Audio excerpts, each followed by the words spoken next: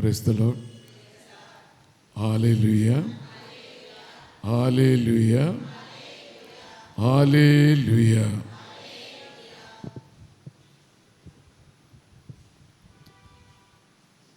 இயேசு கிறிஸ்துவின் இரத்தம் உலகத்திலேயே மிக உயர்ந்த விலை மதிக்க முடியாத இரத்தம். பொதுவாக பாவ மன்னிப்பு என்பது குருதியின் மூலமாக அளிக்கப்படுகிறது என்றது பழைய ஏற்பாட்டில் எழுதப்பட்டிருக்கிறது. குருதி என்றால் இரத்தம். அன்றைய நாட்களிலே நமக்கு முன்னோர்கள் பலியாக கொடுக்கப்பட்டதெல்லாம் ஆடு மாடுகளும் புறவைகளும் பட்சிகளும் கோழிகளும். இன்றும் அது செயல்படுத்தி கொண்டுதான் இருக்கிறார்கள். ஆனால் விசுவாசிகள், கத்தோலிக்கா திருச்சபையை சேர்ந்தவர்களும் மற்ற இதர கிறிஸ்தவர்களும் இயேசுவின் இரத்தத்தினாலே நம்மை ஒவ்வொருவரையும் பாவ சேற்றிலிருந்து பாவ கரையிலிருந்து கழுவி தூய்மைப்படுத்தி இருக்கிறார். இது இறுதியானது. இன்னொரு இரத்தத்தினாலேயே கழுவுது என்பது கிடையவே கிடையாது. அப்படி என்றால் நாம் அனைவரும் இயேசுவின் இரத்தத்தினாலேயே அபிஷேகம் செய்யப்பட்டவர்கள். ஒரு ஆமீன் சொல்லுங்க. இயேசுவின் இரத்தத்தினாலே அபிஷேகம் செய்யப்பட்டவர்கள்.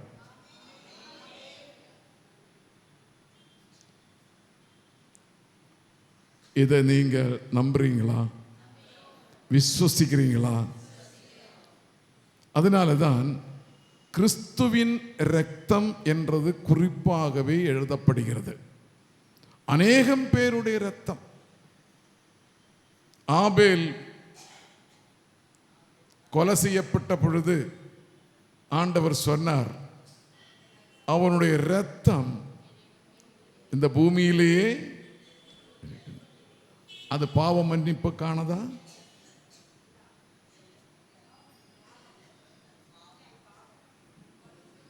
நான் இது வழியாகவே கடந்து செல்வேன். அப்பொழுது யாரெல்லாம் வாசக்காலிலேயே இரத்தத்தையே தெளித்திருக்கிறீர்களோ அவர்களை நான் விட்டு விடுவேன், பிறரை நான் ஒழித்து விடுவேன் என்றார். அதுவும் பாவக்கரையிலிருந்து விடுவிக்கப்பட்டு விட்டதா? இல்லை. பழைய ஏற்பாட்டிலேயே பாவம் என்பதையே திருச்சட்டத்தின் வாயிலாகவே பாவத்தையே எடுத்துரைத்தார். திருச்சட்டம் மீறுவது பாவம் என்று சொன்னார். புதிய ஏற்பாட்டிலேயே அந்த பாவ சட்டங்களை குறித்தல்ல, மாறாகவே நான் விண்ணிலிருந்து இறங்கி வந்திருக்கிறது உங்களை ஒவ்வொருவரையும் மீட்டுக் கொள்வதற்காக. ரட்சிப்பு என்பது சாதாரணமாகவே கிடைக்கக்கூடியதல்ல. அதற்கு விலையோ உங்களாலே நிர்ணயிக்கவே முடியாது.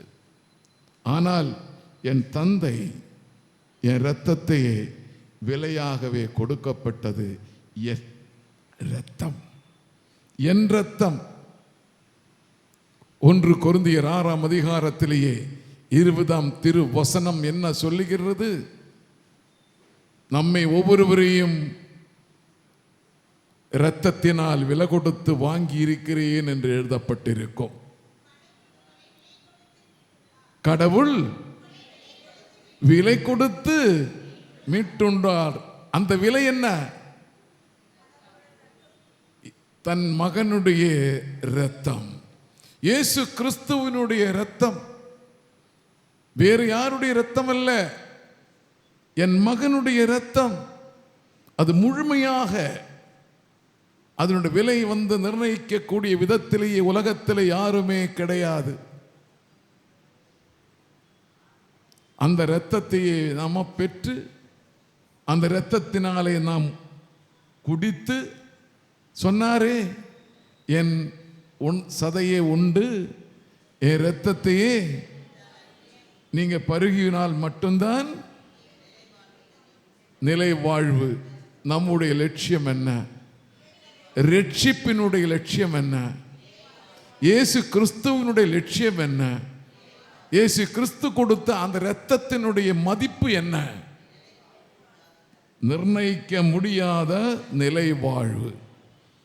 இந்த உலகத்திலே வாழ்வு மாத்திரமல்ல, இன்னொரு வாழ்வு நமக்கு உண்டு என்பதை திட்ட தெளிவாகவே வெளிப்படுத்தி கொடுத்ததனுடைய அர்த்தத்தோடைய புரிந்து கொண்டு, இயேசு கிறிஸ்து சாதாரணமாக அல்ல, விண்ணிலிருந்து இறங்கி வந்த அவர் நமக்காக கையளிக்கப்பட்ட அந்த இரத்தத்தினாலே அபிஷேகம் செய்யப்பட்டவர்கள் தான் இன்று அருளாலயத்திலேயே அமர்ந்திருக்கிறீர்.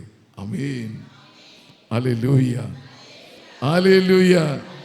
எபிரேயர் திருமுகத்திலேயே 9ஆம் அதிகாரத்தை நீங்கள் எடுத்து பார்க்கும் பொழுது, எபிரேயர் திருமுகம் 9ஆம் அதிகாரத்தை நாம் புரட்டி பார்க்கும் பொழுது 22ஆம் வசனம் என்ன சொல்லுகின்றது என்று பாருங்க.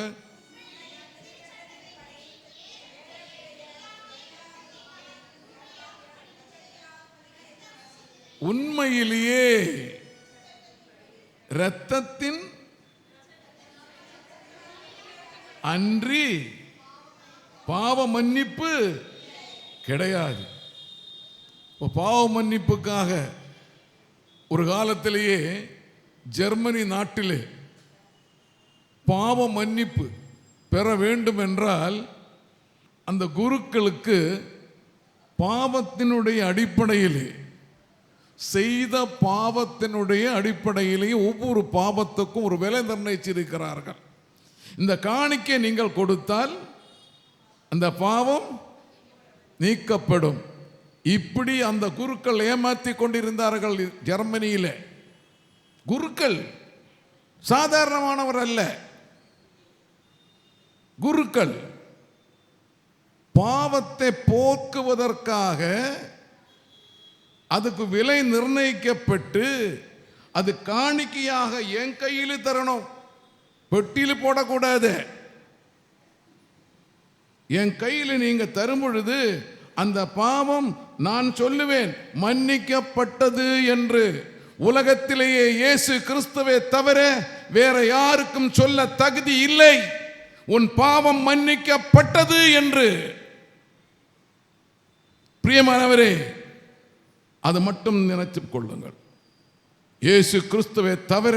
அதனால இயேசு கிறிஸ்து சொன்னார், உன் பாவம் மன்னிக்கப்பட்டது, நீ எழுந்து நடை. உன் பாவம் மன்னிக்கப்பட்டது, நீ செல். சீடர்கள் சொன்னார்களா? சீடர்கள் சொன்னார்களா? அவரோடு உண்டு உறங்கி ஒட்டி வாழ்ந்த சீடர்கள் சொன்னார்களா? உன் பாவம் மன்னிக்கப்பட்டு சொன்னார்களா? அதற்காகவே நான் வேண்டுவேன்,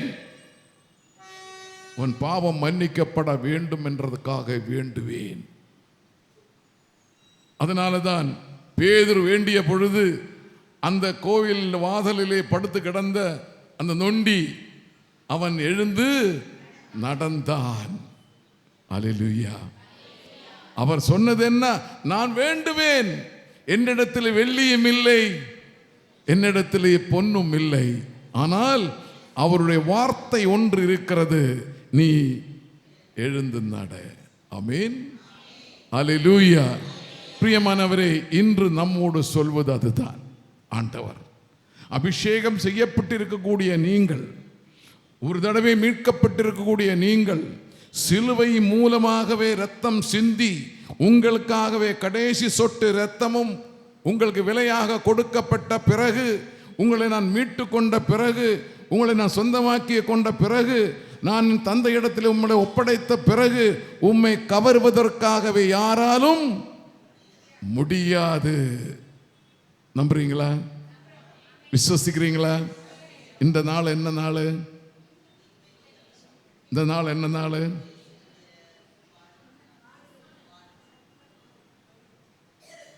விசுவாசத்தையே உறுதிப்படுத்தக்கூடிய திருவிழா கொண்டாடுகிறோம். ஆமென்.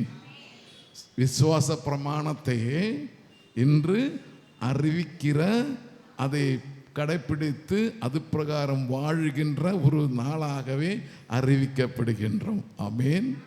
அப்போ நம்ம விசுவாசிகளாக இருக்கிறோமா? இயேசு என்னை ரட்சித்து கொண்டார் என்று விசுவசிக்கிறீங்களா? இயேசுடைய மீட்பில் நான் இருக்கிறேன் என்று விசுவசிக்கிறீங்களா? அந்த சிலுவை மூலம் நான் மீட்டு கொண்டேன் என்று விசுவசிக்கிறீங்களா? அந்த இரத்தத்தின் மூலமாக விலை கொடுத்து என்னை மீட்டிருக்கிறார் என்று விசுவசிக்கிறீங்களா?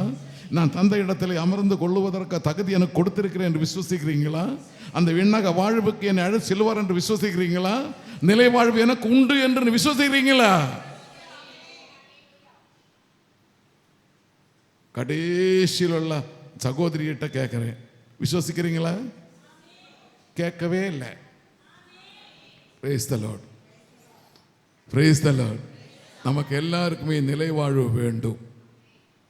நிலை வாழ்வு இல்லாத கிறிஸ்தவனும் கிறிஸ்தவன் அல்ல. இந்த உலகம் பொல்லாத உலகம். எங்கு பார்த்தாலும் இருள், ஒளியே இல்லை, நிஜ ஒளி இல்லை. காத்தடிச்சால் கரண்ட் போகுமா போகாதா? அப்ப நிரந்தரமா? நிரந்தரமா? விளக்கு வச்சால் அது காத்தடிச்சா அணைஞ்சு போகும், நிரந்தரமா? ஆனா அணையாத ஒரு தீபம் உண்டு, அணையாத ஒரு தீபம் உண்டு. அந்த தீபம் என்ன? இயேசு. அந்த தீபம் இயேசு. அதிலேயே நாம் விசுவசிக்கிறோம், அதிலேயே நாம் நிலைநிறுத்துகிறோம், அதிலேயே நாம் நடமாடுகிறோம். அவர் நடக்க வைக்கிற நாள்கள் வரையிலும் நாம் நடப்போம். அதானே பவுலடிகளார் சொன்னார், நான் நடப்பது மாத்திரமல்ல ஓடிக்கொண்டே இருக்கிறேன் என்றார். பிரியமானவரே, நீங்களும் நானும் ஓடிக்கொண்டுதான் இருக்கிறோம். ஒரு லட்சியத்துக்காக வெற்றி அடைந்தே தீர வேண்டும். வெற்றி, இறுதி வெற்றி யாருக்கு? ஆண்டவர் சொல்கிறார், பொறுமையோட கடைசி வரையிலையும் இருப்பவர்களுக்கு அந்த வெற்றி உண்டு என்றார். இந்த வெற்றி நமக்கு உண்டா? இந்த வெற்றி நமக்கு உண்டா? அருளாலயத்தில் இருக்கக்கூடிய நமக்கு அந்த வெற்றி உண்டா? ஒவ்வொரு வாரமும் அருளாலயத்தை தேடி வரும் பொழுது நம்ம என்ன தேடுகின்றோம்? வெற்றியை தேடுகின்றோம். அந்த வெற்றியிலே புதுப்பிக்கின்றோம். நம்ம செய்கிறது என்ன? புதுப்பிக்கின்றோம். அழுக்காய் சட்டை இருந்தாலும் அழுக்காய் துணி இருந்தாலும் என்ன செய்வோம்? துவைக்கிறீங்களா இல்லையா? நம்ம விசுவாசத்தை மீண்டும் மீண்டும் துவைக்கிறோம், மீண்டும் மீண்டும் உறுதிப்படுத்துகிறோம். அதனாலேயே இயேசுவின் இரத்தத்தை குறித்து லேவியர் திருமுகத்திலேயே 17ஆம் அதிகாரத்திலேயே 11ஆம் வசனத்தை நம்ம எடுத்து பார்ப்போம். குருதியை குறித்து நமக்கு சொல்லி இருக்கும். லேவியர் ஆகமும் 17:11 உடலில் உயிர் குருதியில் உள்ளது, அதனை பலிபீடத்தின் மேல் உங்கள் உயிருக்கென பாவ கழுவாய் செய்யும்படி ஆணையிட்டேன். ஏனெனில் அது உயிருக்காக பாவ கழுவாய் நிறைவேற்றும் குருதி. பார்த்தீங்களா? இது யாரை சார்ந்தது? இயேசு கிறிஸ்துவை சார்ந்தது. தன் மகனை குறித்து அந்நாட்களிலேயே பாவ கழுவாய் அவர் எதில் ஏறினார்? கழுமரத்தில் ஏறினார். சிலுவை என்பது ஒரு கழுமரம் மாதிரியே. அந்த மரத்திலூടെ தான் நமக்கு விடுதலையை தருவதற்காக அந்நாட்களில் எழுதப்பட்டிருக்கிறது. குருதி, இரத்தம், அந்த இரத்தத்தையே பலிபீடத்தின் மீது, கல்வாரி பலிபீடத்தின் மீது இன்று அர்ப்பிக்கின்ற திருப்பலி நாம் என்ன நினைத்து கொண்டு அர்ப்பிக்கின்றோம்? என் நினைவாக செய்யுங்கள் என்று சொல்லும் பொழுது அந்த கல்வாரி பலியை நாம் நினைவில் கொள்ளுகின்றோம். கல்வாரியிலே 3 பேர் தொங்கினாலும் அது உண்மையாக தொங்கப்பட்டது Israel Nazareth, royal of Israel, INRI என்று எழுதப்பட்டிருக்கக்கூடிய அந்த சிலுவையிலே தொங்கி இருக்கக்கூடிய அந்த இயேசு கிறிஸ்து வழியாக தான் அவருடைய இரத்தம் அந்த பலிபீடத்திலேயே சிந்தப்பட்ட பொழுது கடைசி சொட்டு இரத்தம் வரையிலும் நம்முடைய பாவங்களுக்காக, நம்முடைய அக்கிரமங்களுக்காக நாம் அவரை எப்பொழுதெல்லாம் புறக்கணித்திருக்கிறதோ அப்போல்லாம் அந்த இரத்தம் நாம் நினைவில் கொள்ள வேண்டும்.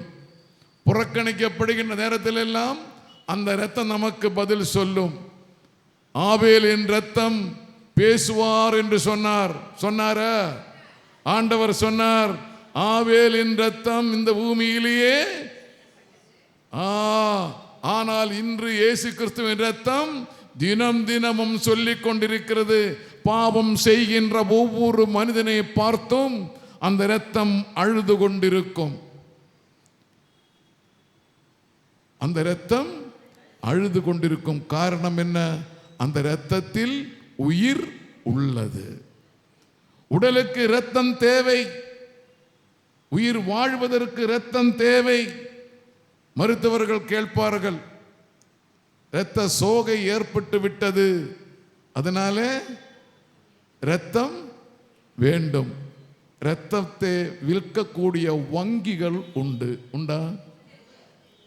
இரத்தத்தையே விற்கக்கூடிய வங்கிகள். நமக்கு என்ன இரத்தம் வேணுமோ அந்த இரத்தத்தையே விலை கொடுத்து வாங்கலாம். இயேசுவின் இரத்தம் கிடைக்குமா?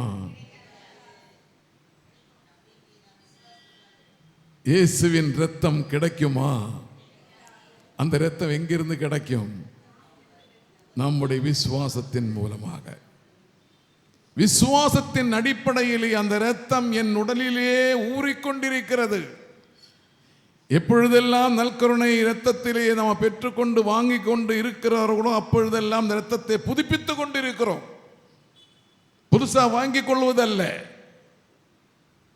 புதுப்பித்துக் கொண்டிருக்கிறோம். புது படைப்பாகவே மாறிக்கொண்டிருக்கிறோம். அதனால என்ன சொல்லுகிறார் யோவான் நற்செய்தியிலேயே 15ஆம் அதிகாரத்திலேயே 15ஆம் வசனத்திலேயே நமக்கு ஒன்று ஆண்டவர் இயேசு கிறிஸ்து குறிப்பிட்டு சொல்லுகிறார். இனி நான் உங்களை பணியாளர் என்று சொல்ல மாட்டேன்,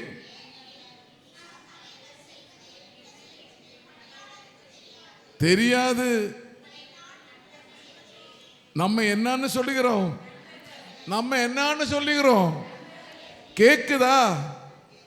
இயேசு ஆண்டவர் நம்மை பணியாளர் என்று சொல்லவில்லை, தொண்டன் என்று சொல்லவில்லை.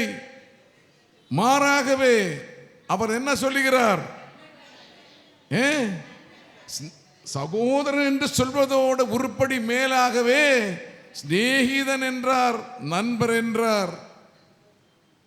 நண்பர்களிடத்திலே நாம் மனம் விட்டு பேசுமா? மனம் விட்டு பேசுமோ? நமக்குள்ள இருக்கக்கூடியது வேற யாரிடத்திலையும் நம்மளால சொல்ல முடியாது. அதுக்கு நல்ல நண்பன் இருந்தால், நல்ல சிநேகிதி இருந்தால் நம்ம என்ன சொல்லுவோம்? வாடி, என் கூட கொஞ்சம் பேசணும், வாடா, நான் உங்க கூட கொஞ்சம் பேசணும். வாடி போடி என்றது பேசுவது யாரு? பிறரை வாடி போடி சொன்ன என்ன ஆகும்?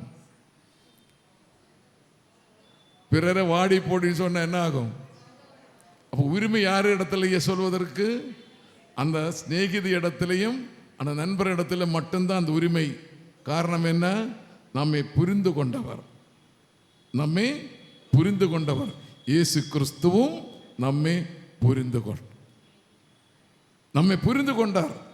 அதனால்தான் இனிமேல் நீங்கள் என் நண்பர்கள் என்றார்.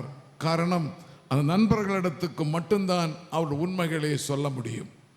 அந்த உண்மைகளை சொல்லிவிட்டதனாலேயே கடவுள் நம்மோடு சொல்லுகிறார், தன் மகன் வழியாக உங்களை நான் சொந்த மக்களாக மாத்திரமல்ல, சொந்த ஜனமாக மாத்திரமல்ல, என் பிள்ளைகளாகவே ஏற்றுக்கொள்ளுகிறேன் என்றார். காரணம், என் மகனை உங்களுக்கு கையளித்த பொழுது, அவரை உங்களுக்கு கொடுத்த பொழுது, அவர் என் மகன் என்ற முறையிலேயே நான் உங்கள் கையளித்த பொழுது, அவன் வழியாக பெற்றுக்கொண்ட எல்லா ஆத்துமாக்களும் எனக்கு பிள்ளைகளாகவே மாறிவிட்டோம். இன்று முதல் நீங்கள் எனக்கு குமாரனும் குமாரத்திகளுமாகவே இருப்பார் என்று வேதம் சொல்லுகிறது. ஆமென், அல்லேலூயா. பாருங்க, நம்முடைய அந்தஸ்து எவ்வளவு உயர்ந்து விட்டது. ஒரு புறத்திலே ஆண்டவர் சொல்லுகிறார், நீங்கள் என் ஜனத்திலேயே சாதாரண ஜனம் மாத்திரம் அல்ல என்றார், தேர்வு செய்யப்பட்ட ஜனம் என்று சொல்லுகிறார். ஒரு இடத்திலேயே இன்னொரு இடத்திலே சொல்லுகிறார், நீங்கள் என் குமாரனும் குமாரத்திகளுமாய் இருக்கிறேன் என்றார். இன்னொரு இடத்துல சொல்லுகிறார், என் மகனுக்கு சகோதரனும் சகோதரியுமாய் இருக்கிறேன் என்று சொல்லுகிறார். இன்னொரு இடத்துல சொல்லுகிறார், நீங்கள் என் நண்பர்கள் என்றார். அந்த மூன்று தவையடையும் மிக சிறந்த விதத்திலேயே எதற்கு கொடுக்கிறார்? நண்பன் என்ற முறையிலேயே.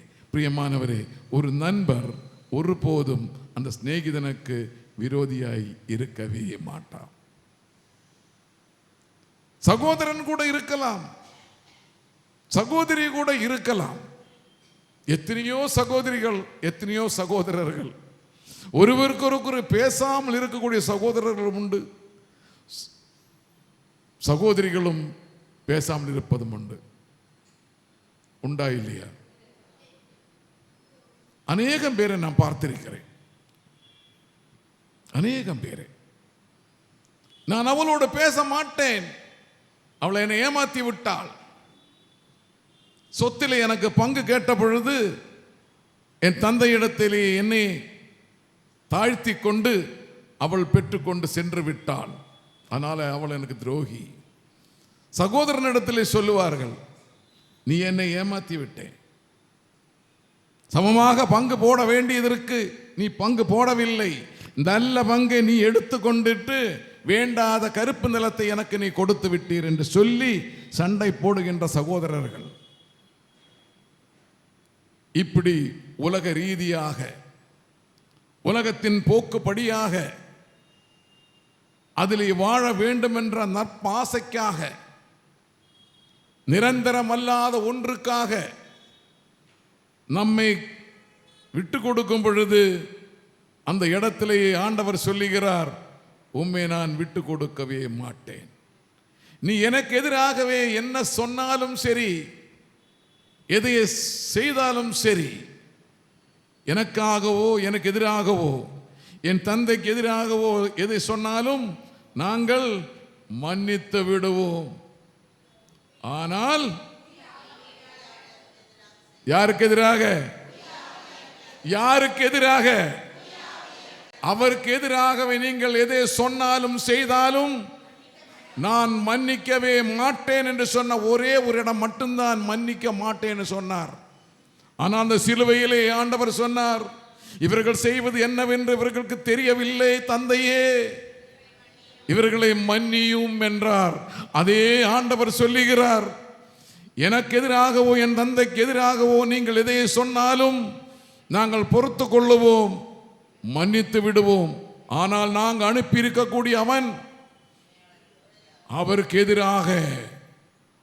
எதிராக நீங்கள் எதையும் சொல்லக்கூடாது, எதையும் எதிர்த்து நிற்கக்கூடாது, எதிர்த்து பேசக்கூடாது.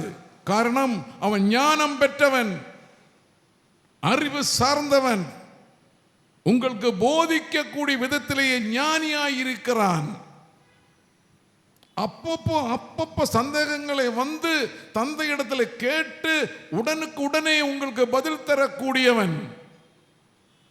அவர் உனக்கு துணையாளராக மாத்திரமல்ல, மீட்பராகவும் இருக்கிறார். ஆமென், அல்லேலூயா, அல்லேலூயா.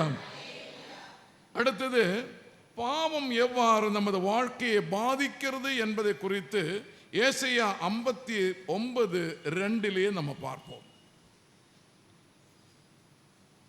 ஏசாயா புஸ்தகம் 59 2ஆம் வசனத்தை பாருங்க.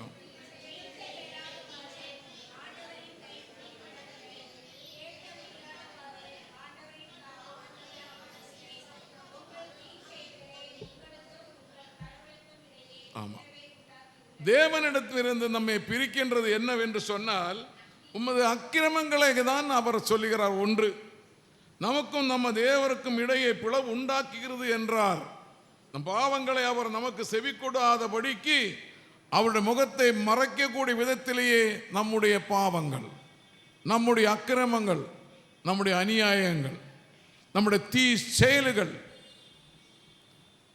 ஒவ்வொரு நாளும் இந்த நாடு எப்படி போய்கொண்டிருக்கிறது என்பது நினைத்து பாருங்க. ஒரு காலத்திலேயே பீடி சிகரெட்டு தான் இருந்தது. மிஞ்சி மிஞ்சி போன புகையிலை. இந்த வயதானவர்கள் எல்லாம் இந்த புகையிலையை வாங்கி, அதுலேயும் குறிப்பாக பவானி புகையிலை, ஈரோடு பக்கத்தில் பவானி என்ற ஊர் இருக்கு. அந்த பவானியிலே விளையக்கூடிய பவானி புகையிலேயே அது தார எடுத்து அதிலிருந்து சுருள் உண்டாக்கி அவருடைய வாய்க்குள்ள வச்சுக்கிட்டு பேசும்போது புப்பு புப்பு புப்புன்னு பேசுவாங்க. இன்று அதெல்லாம் போய் இன்று என்ன செய்கிறது? வெள்ளையிலேயே, கை வெள்ளையிலேயே போட்டு பேசுகிறா. நீங்க ரயிலில் போகும்போது பார்க்கலாம், நீங்க ரோட்டில் வந்து தென்னையில் நிற்கும் போது பார்க்கலாம்.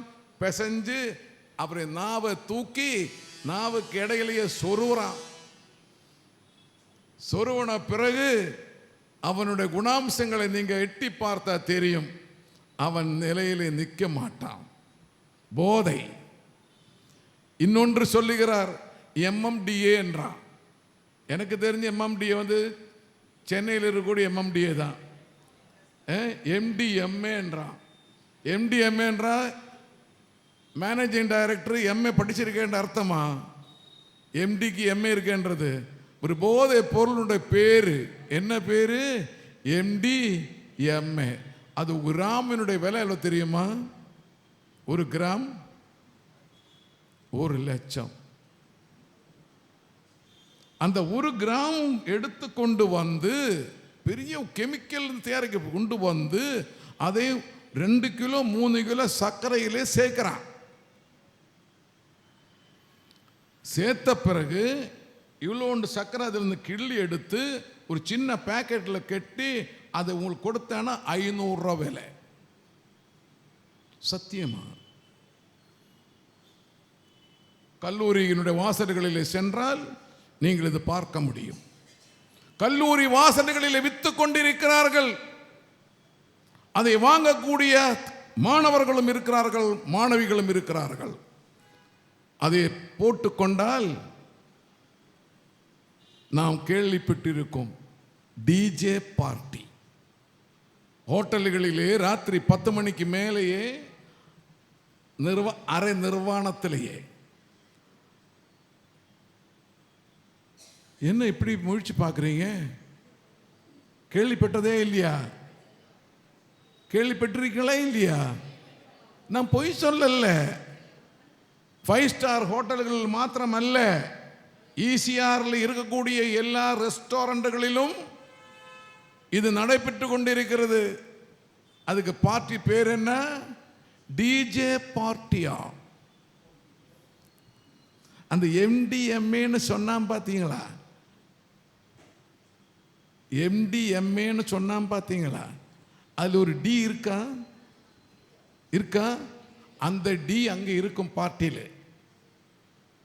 ஷார்ட் நேமில் சுருக்கெழுத்திலேயே அந்த பார்ட்டியிலேயே வச்சிருக்கிறாங்க. டிஜே. டிஜே ஜே என்ன தெரியுமா? எல்லாம் எல்கேஜி மாதிரி நான் கற்றுக் கொடுக்க வேண்டியிருக்கேன். நீங்கள் வந்து கேட்பீங்க, பிரதர் நீங்கள் சாதாரண ஆள் கிடையாது, நீங்கள் இங்கே எல்லாம் போய் பார்த்து நல்லா சலிச்சு வந்திருக்கிறீங்கன்னு கேட்க போகிறேன். பார்த்தீங்களா? ஆமான்னு கேட்குறாங்க.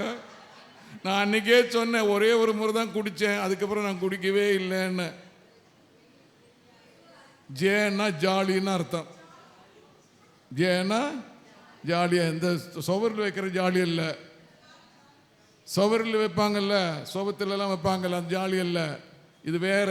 இது ஆட்டம் பாட்டு கூத்து அப்படின்னு சொல்லி துணியெல்லாம் தானே அவிழ்ந்து விழும் போதையினால. சும்மா சொல்லல, தெரிஞ்சுதான் சொல்றேன், தெரிஞ்சுதான் சொல்றேன். நீங்க போய் பார்த்தீங்களான்னு கேட்டா பார்த்தேன். நீங்க என்ன கேட்பீங்க, நீங்க பார்த்தீங்களா பிரதர், நீங்க போனீங்களா பிரதர்னு கேட்டா போனேன், பார்த்தேன். அதுக்காக இல்லை, என்ன நடக்கிறதுன்னு தெரிஞ்சுக்கிறதுக்காக. அதுக்காக எனக்கு கன்னத்தில் அடி வேற கிடைச்சது. இதை வாங்கிட்டு போடா அப்படின்னா. ஒட்டு பார்க்க வந்திருக்கிறியா, சிஐடி வேலைக்கு வந்து வைக்கிறியா, கொடுத்தான் ஒரு அடி வாங்கிட்டேன். பல்லு விழுந்துச்சான்னு பார்த்தேன், பல்லு விழலை, தாராளமாக வந்துட்டேன். ஆனால் நான் பார்த்துட்டேன்.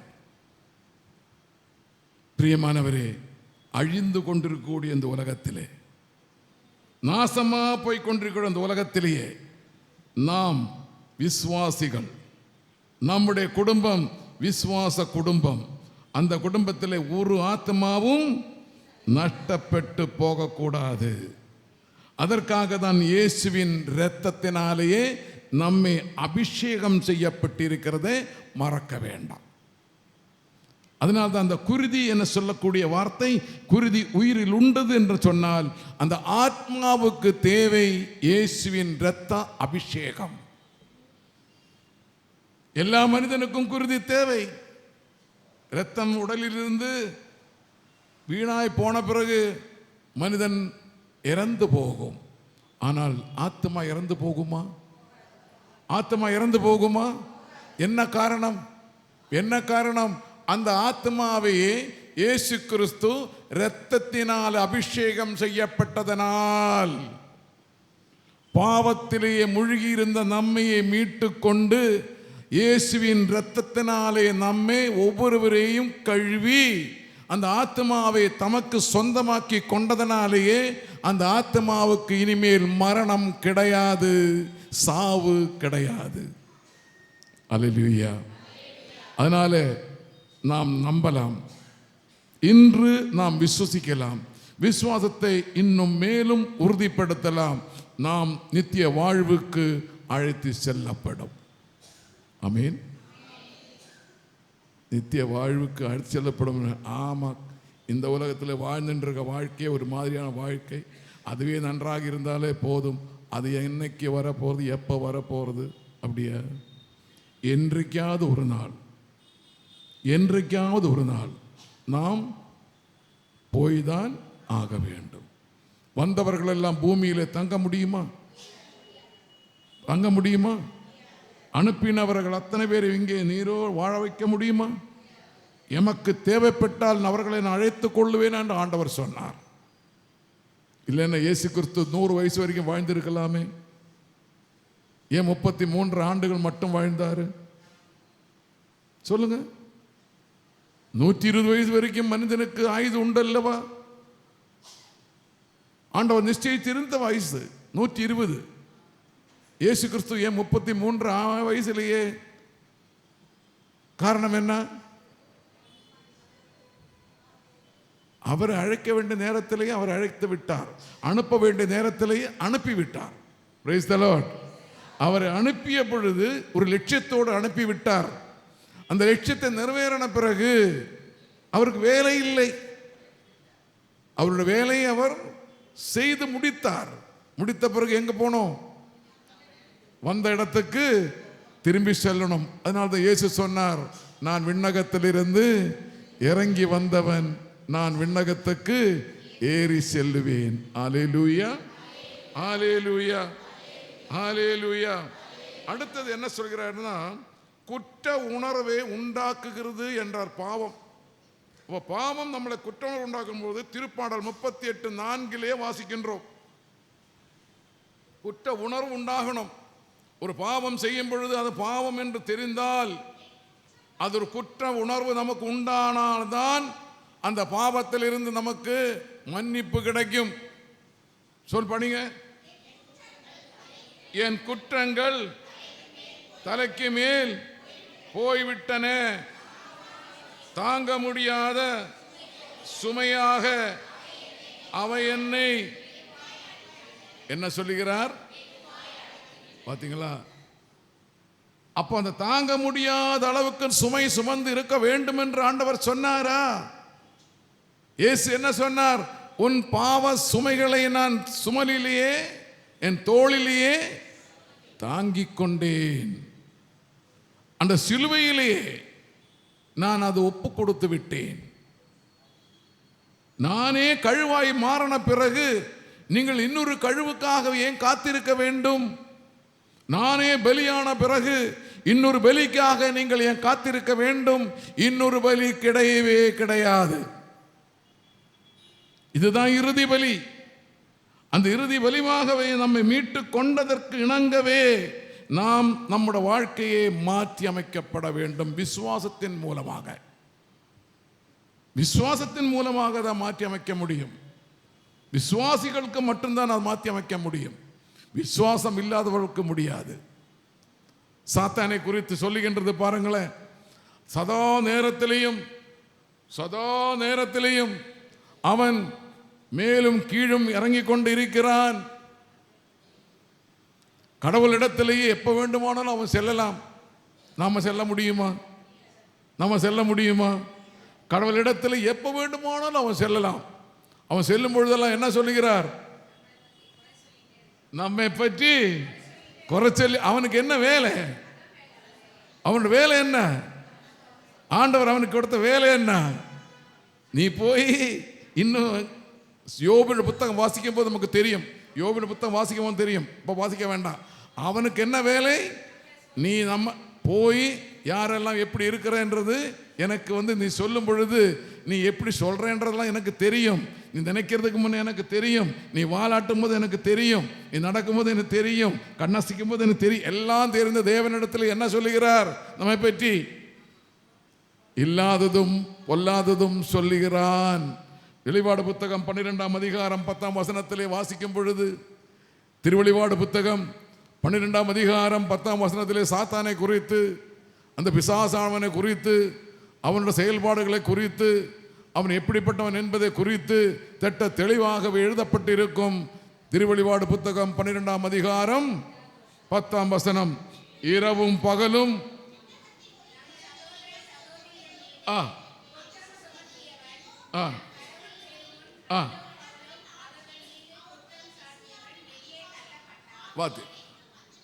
அதான் அது இரவும் பகலும். அதாவது கடவுள் முன் நம் மீதும் சகோதரர் மீதும் குற்றம் சாட்டுகிறவன சாத்தான் இரவும் பகலும் எழுதிக்கிறான். தள்ளப்பட்டானா இல்லையா? எப்பொழுது சிலுவையிலேயே அவர் நமக்காகவே இரத்தம் சிந்தி பலியானானோ அப்பொழுது சாத்தான் தலை தகர்க்கப்பட்டது, நசுக்கப்பட்டது என்றது வேதம் சொல்லுகிறது. நமக்கும் வெற்றி கிடைத்து விட்டது. பாவத்திலிருந்து நமக்கு விடுதலை. அந்த விடுதலைக்கு அச்சாரமாக கொடுக்கப்பட்ட விலை இயேசுவின் இரத்தம். அல்லேலூயா, அல்லேலூயா, அல்லேலூயா. அதே போலவே எசேக்கியேல் புத்தகத்திலே 18ஆம் அதிகாரத்திலேயே 4ஆம் வசனம் சொல்லுகிறது, தண்டனையை மரண தண்டனை எதிர்பார்க்கின்றது என்று சொல்லுகிற பாவம் செய்கின்ற ஒருவர் மரண தண்டனையை எதிர்பார்க்கின்றது. எசேக்கியேல் புத்தகம் 18ஆம் அதிகாரம் 4ஆம் வசனம்.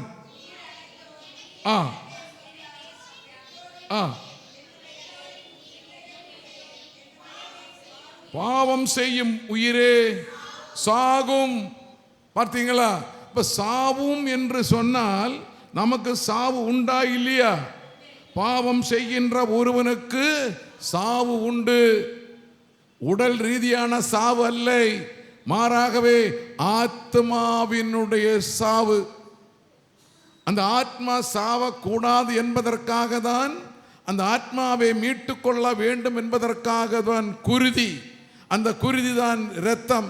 அந்த இரத்தம் தான் இயேசுவின் இரத்தம். இங்கே கொடுக்கப்பட்டது பாருங்க, கிறிஸ்துவின் இரத்தம் நமக்கு அனைத்து தேவைகளையும் சந்திக்கிறது என்றார். கிறிஸ்துவின் இரத்தம் அனைத்தையும் சந்திக்கக்கூடிய விதத்திலேயே நமக்கு வல்லமை அளிக்கின்றது. அந்த வல்லமையை நாம் பெற்றிருக்கிறோமா இல்லையா? அந்த வல்லமையை பெற்றிருக்கிறோமா இல்லையா? அந்த இயேசுவின் இரத்தத்தினாலே நம்மை சொந்தமாக்கப்பட்ட பிறகு அவர் நமக்கு கொடுக்கிறார், ஒரு வல்லமையை தருகிறார். அந்த வல்லமையை கொடுத்ததுதான் என்று அவர் சொல்லுகின்ற விதத்திலேயே, நான் கொடுத்தால் கொடுத்ததுதான், அது திரும்ப பெறாது. அந்த பரிசுத்த ஆவியே நமக்கு அவர் ஊதி கொடுத்ததாயிருந்தால், சீடர்களுக்கு ஆவியை ஊதி கொடுத்தார். யோவான் நற்செய்தியிலே கடைசி அதிகாரத்திலேயே நாம் வாசிக்கின்றோம். யோவான் நற்செய்தியிலேயே கடைசி அதிகாரத்திலேயே சீடர்கள் மீது ஆண்டவர் இயேசு ஊதி ஆவியை கொடுத்தார். நீங்க வாசிக்கும் போது தெரியும், சீடர்கள் மீது அவர் ஆவியை ஊதி கொடுத்தார். நீங்க யோவான் நற்செய்தியை கடைசி அதிகாரத்தையே நீங்க புரட்டி பார்க்கும்போது கடைசியாக வரும், 3-4 பேராகிராஃபிற்குள்ள வரும். நான் அதை நோட் பண்ணி வைக்கல, பார்த்தீங்களா? யோவான் நற்செய்தி கடைசியை பாருங்க.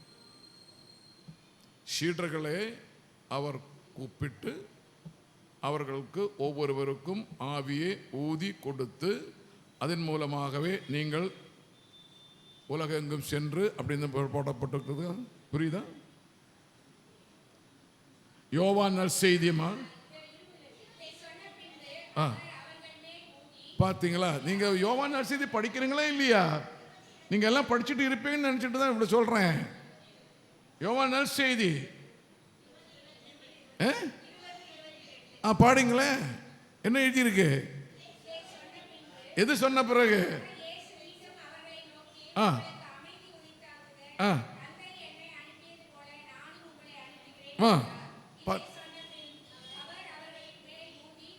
அவர்கள் மீது ஊதி தூய ஆவியே பெற்றுக் கொள்ளுங்கள் என்றார். பெந்தகோஸ்த நாளிலும் மாத்திரமல்ல ஆவியை பெற்றுக்கொண்டது, சீடர்கள் முதலாகவே ஆவியை பெற்றுக்கொண்டார். அன்னை மரியாள் முதலாக ஆவியை பெற்றுக்கொண்டார்.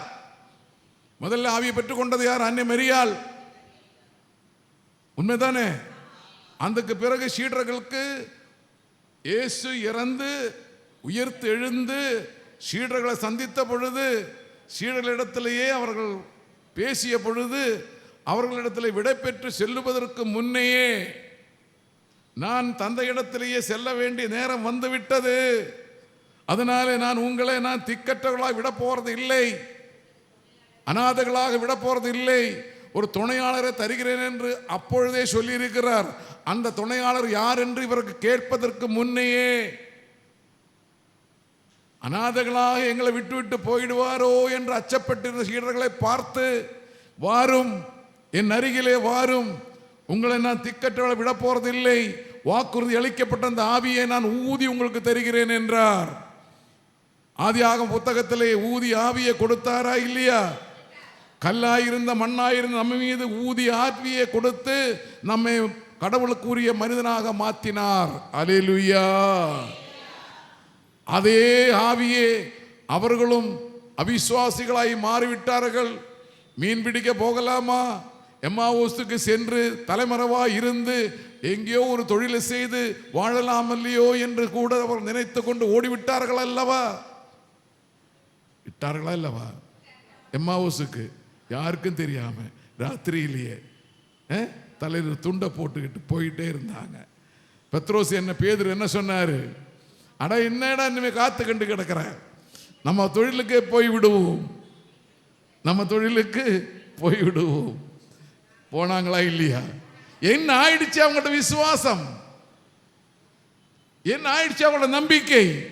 பிரியமானவரே, இன்று அருளாலயத்தில் அமர்ந்து கொண்டிருக்கக்கூடிய உங்களுக்குள்ள விசுவாசம் அன்று அவர்களுக்கு இல்லாமல் போய்விட்டது.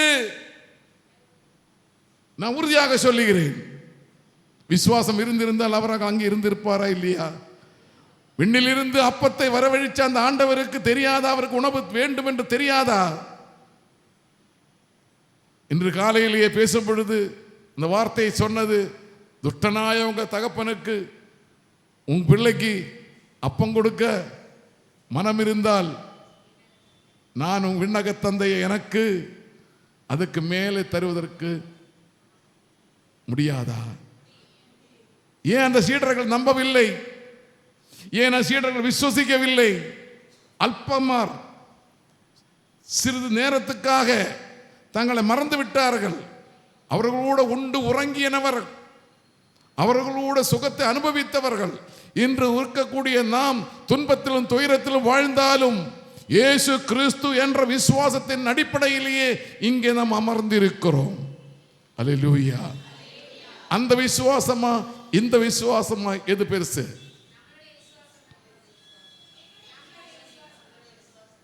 எங்க உயிரே இல்லை, ரொம்ப கஷ்டம். அது இந்த முன்னாடி இருக்கக்கூடிய ஒரு 6-7 பேருக்கு மட்டும்தான். அதை சொல்லு, நெஞ்சில் அடிச்சு சொல்லணும், செத்து போகாது, நெஞ்சில் தட்டி சொல்லணும். என் நம்பிக்கை சொல்லு.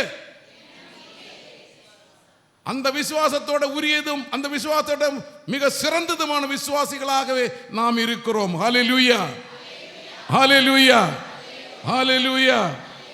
அதே போல அதனால்தான் இயேசு கிறிஸ்துவோடுள்ள உறவை புதுப்பிக்கப்படுகிறது என்றார். இந்த விசுவாசம் இயேசு கிறிஸ்துவோடுள்ள உறவு புதுப்பிக்கப்படுகிறது. ரோமையர் திருமுகம் 5ஆம் அதிகாரம் 9ஆம் வசனம். ரோமையர் திருமுகம் 5ஆம் அதிகாரம் 9ஆம் வசனம். ஆகையால் இப்போது நாம் கிறிஸ்துவின் இரத்தத்தினால் கடவுளுக்கு ஏற்றவராகி அவர் வழியாக தண்டனையில் இருந்து தப்பி மீட்பு பெறுவோம் என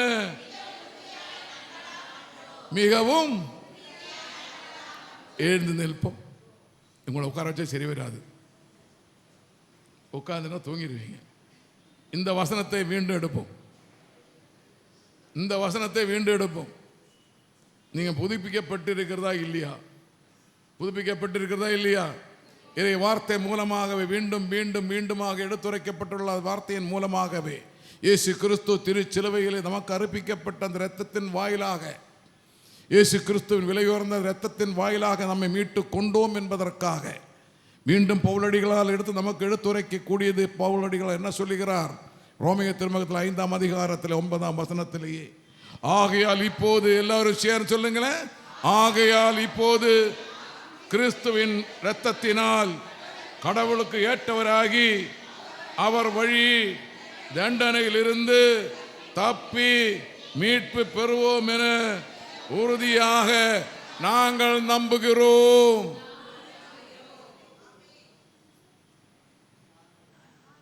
கடைசியாக சொன்னது மாத்திரம் யாரும் சொல்ல மாட்டாங்க.